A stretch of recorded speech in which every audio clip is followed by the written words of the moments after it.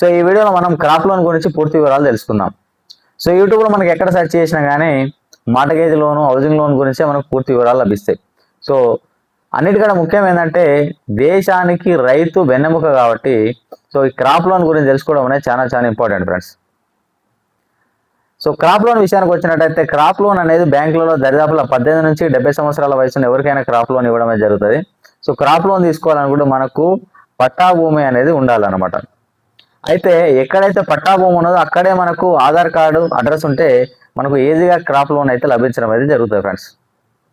So కొంచెం దూరంగా ఉన్నా కానీ బ్యాంకులు అనేటి క్రాప్ లోన్ అయితే ఇవ్వడం అయితే జరుగుతుంది. అయితే ఈ క్రాప్ లోన్ ఇచ్చే లోన్ మనం ఏమంటాం అంటే పెట్టుబడి సహాయం అంటాం. అయితే రైతు విత్తనాలు కొనుక్కోనికి కానీ లేకుంటే కలుపు తీయించడానికి కానీ తర్వాత దున్నకాలకు కానీ ఈ పంట కోసం పంట పండించడానికి ఈ అవసరాల కోసం ఈ క్రాప్ లోన్ అయితే ఇవ్వడం అయితే జరుగుతుంది ఫ్రెండ్స్. సో ఇచ్చినప్పుడు దాన్ని ఏమంటారు అంటే హైపోథికేషన్ ఆఫ్ క్రాప్స్ అంటారు. అంటే పండిన పంట మీద మనకు అధికారం ఉంటుంది అనమాట. బ్యాంకు వాళ్ళకి ఒకవేళ మీకు క్రాప్ లోన్ ఇచ్చినట్టయితే ఏదైతే పంట మీరు పండిస్తారో ఆ పండించిన పంట మీద బ్యాంకు వాళ్ళకి అధికారం ఉండేటటువంటి అవకాశం అయితే ఉన్నదనమాట. కానీ బ్యాంక్ వాళ్ళు ఎప్పుడు సో దాన్ని ఎన్నడూ యూటిలైజ్ అయితే చేయలేదు. అయితే క్రాప్ లోన్ ఎంత ఇస్తారు, సో క్రాప్ లోన్ ఎంత ఇస్తారు అనేది దేని మీద ఆధారపడి ఉంటుంది అంటే ఇప్పుడు మనకు 1 ఎకరం ల్యాండ్ ఉందనుకో, ఆ ఎకరం ల్యాండ్లో మనం ఏ పంట పండిస్తున్నాం.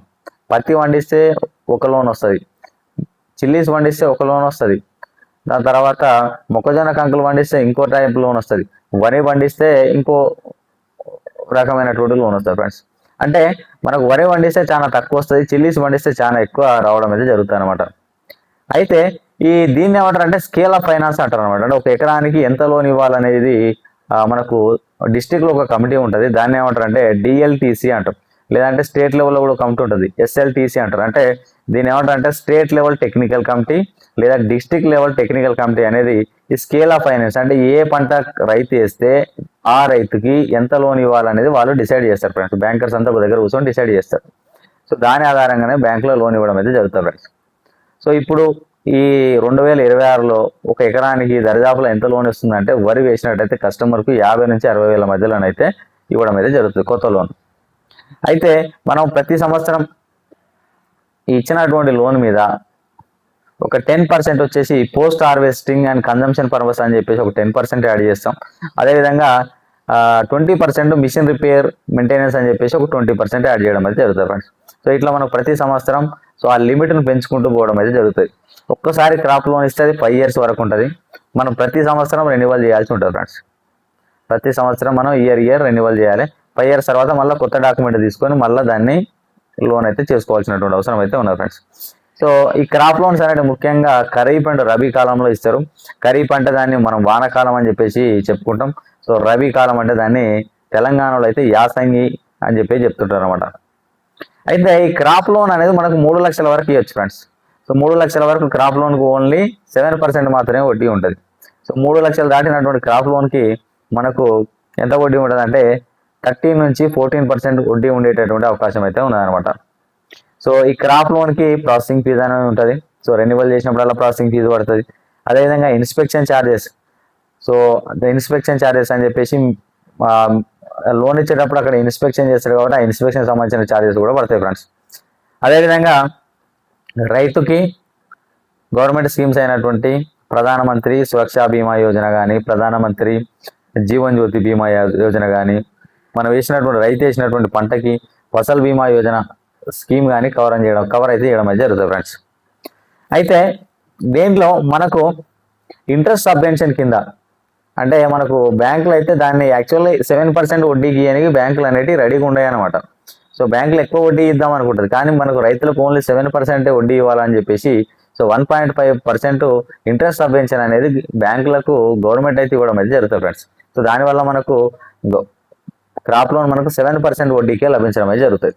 అయితే ఈ 7% వడ్డీకి ఉన్నటువంటి క్రాప్ లోన్ కనుక మనం టైం టు టైం రెన్యువల్ చేసుకుంటే అంటే సంవత్సరం లోపే చేయించుకోవాలి. సో ఇలా మనం లోన్ తీసుకుంటే నెక్స్ట్ ఇయర్ ఇదే సంవత్సరం ఇలా మార్చి 1వ తారీఖు అనుకుంటే ఫిబ్రవరిలోనే రెన్యువల్ చేసుకుంటే మళ్ళీ మనకు ఈ 7% వడ్డీ కాస్త ఓన్లీ 4% పడుతుంది ఫ్రెండ్స్.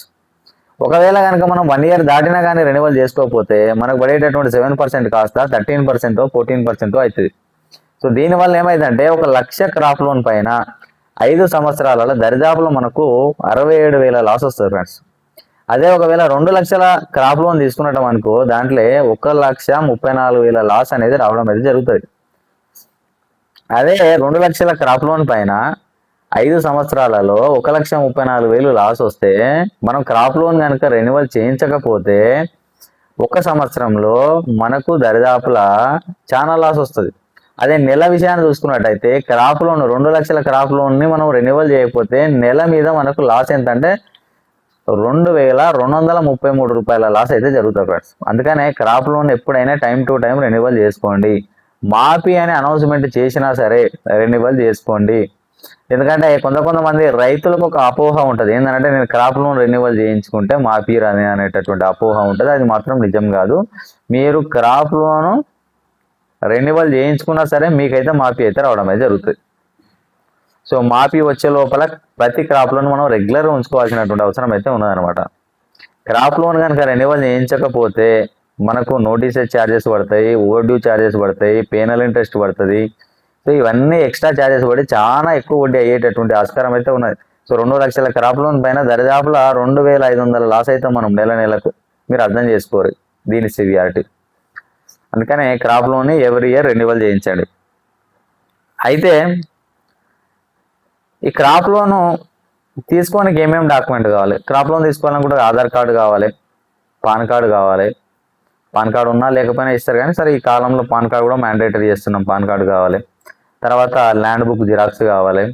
దాని తర్వాత మనకు 1B అని చెప్పేసి తెలంగాణలో 1B అని చెప్పేసి తీసుకుంటాం. సో ఈ డాక్యుమెంట్స్ అనేవి ఖచ్చితంగా అవసరం ఉంటాయి.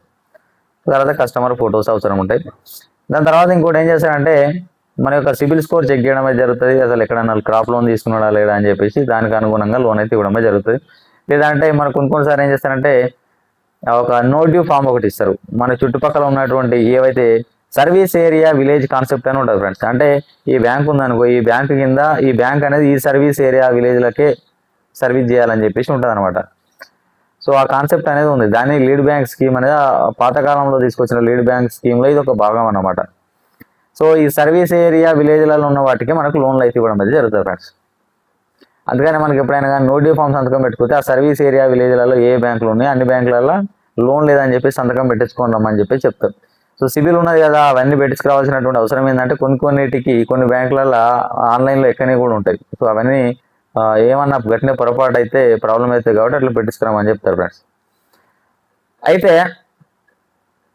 ఒకవేళ క్రాప్ లోన్ కనుక మొండిబకాయ అయితే మనం క్రాప్ లోన్ కనుక తీసుకున్నాం, మొండిబకాయ అయితే మనకు ఏమేమి నష్టాలు?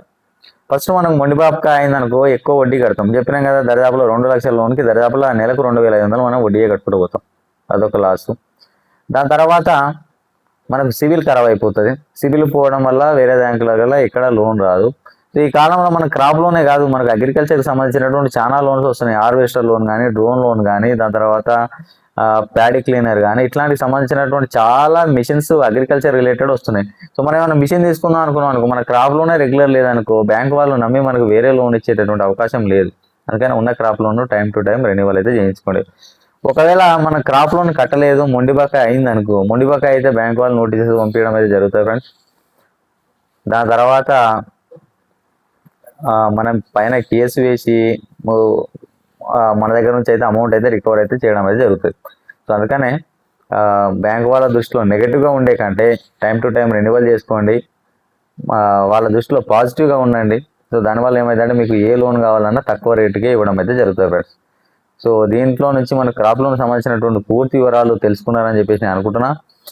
దీంట్లో ఒక క్రాప్ లోన్ మొండిబకాయ అని ఎప్పుడు అంటామంటే, ఒక క్రాప్ లోన్ కనుక నువ్వు 3 సంవత్సరాలు కనుక వరుసగా 3 సంవత్సరాలు కనుక క్రాప్ లోన్ కనుక రెన్యువల్ చేయకపోతే సో దాన్ని మనం బ్యాంకులో మొండిబకాయ కిందకి చెప్పడం అయితే జరుగుతుంది ఫ్రెండ్స్. 3 సంవత్సరాలు రెన్యువల్ చేయకపోతే మొండిబకాయ అయిపోతుంది. మొండిబకాయ అయిపోయినప్పుడు ఏమైతే దానికి పడే వడ్డీ పెరుగుతుంది, మనకు నోటీసెస్ వస్తాయి, దాని తర్వాత లీగల్ నోటీసెస్ వస్తాయి. కావాలని కూడా బ్యాంక్ వాళ్ళ మన మీద కేసు కూడా వేయొచ్చు ఫ్రెండ్స్. సో ఒక చిన్న అమౌంట్ కోసం అని చెప్పేసి మనం అన్ని బాధలు పడాల్సి ఉంటుంది. సో దానికని చెప్పేసి టైం టు టైం రెన్యువల్ చేసుకోండి, చాలా లాభాలు ఉంటాయి.